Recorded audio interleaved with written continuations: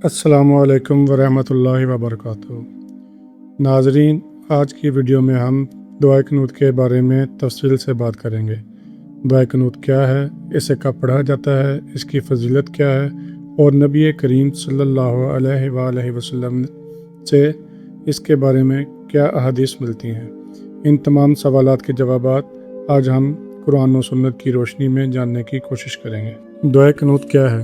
दुआए कुनूत के लग़वी मायने हैं अताअत, आजिज़ी और अल्लाह ताला के सामने झुक जाना। इस्लामी इस्तिलाह में दुआए कुनूत एक मखसूस दुआ है जो आम तौर पर वितर की नमाज में पढ़ी जाती है।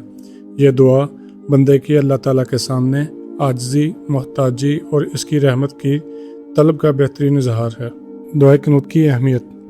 जब एक मुसलमान दुआए कुनूत पढ़ता है तो वो अल्लाह ताला से हदायत, सेहत, हिफाजत, बरकत और मग़फ़िरत मांगता है। इस दुआ में इंसान अपनी तमाम ज़रूरियात अल्लाह के सामने पेश करता है और ये इकरार करता है कि हकीकी मदद सिर्फ़ अल्लाह ताला के पास है। हदीस मुबारका। हसन इब्न अली रवायत करते हैं, रसूलुल्लाह सल्लल्लाहु अलैहि वसल्लम ने मुझे चंद कलामात सिखाए जो मैं वितर के कुनूत में पढ़ा करूँ। फिर आप सल्लल्लाहु अलैहि वसल्लम ने दुआ कुनूत के अल्फाज सिखाए। ये रवायत सनन इब्न दाऊद, जामिया तिरमिज़ी और सनन नसाई में मौजूद हैं। इस हदीस से मालूम होता है कि दुआ कुनूत नबी करीम सल्लल्लाहु अलैहि वसल्लम की तालीम करदा दुआ है।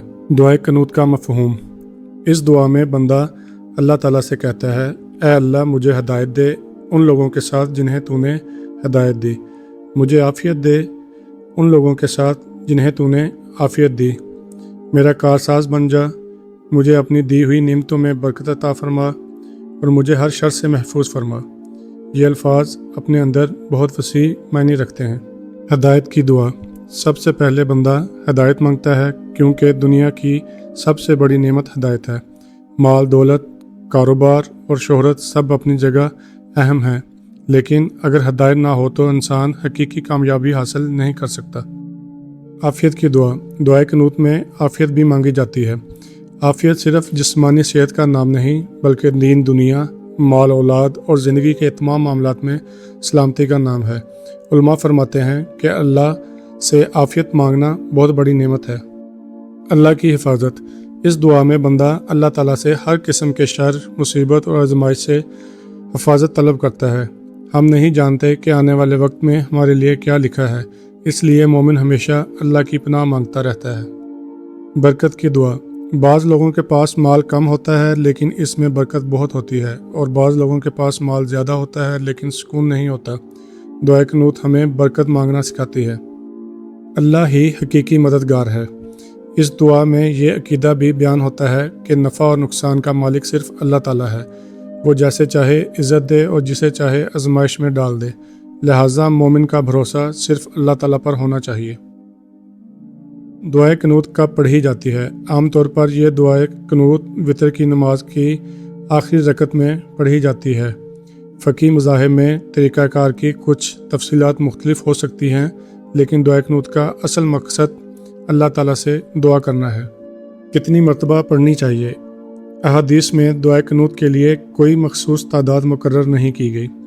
वितर की नमाज में एक मरतबा पढ़ना सुन्नत तरीका है। अगर कोई शख्स इसे दुआ के तौर पर अलग ही पढ़ना चाहे तो पढ़ सकता है, लेकिन किसी ख़ास तादाद को लाज़म या सुन्नत समझने के लिए शरई दलील ज़रूरी है। दुआ की कबूलियत के आदाब। दुआ करते वक्त इखलास होना चाहिए, यकीन होना चाहिए कि अल्लाह सुन रहा है, हलाल रोज़ी का एहतमाम होना चाहिए, सब्र करना चाहिए, जल्दबाजी नहीं होनी चाहिए।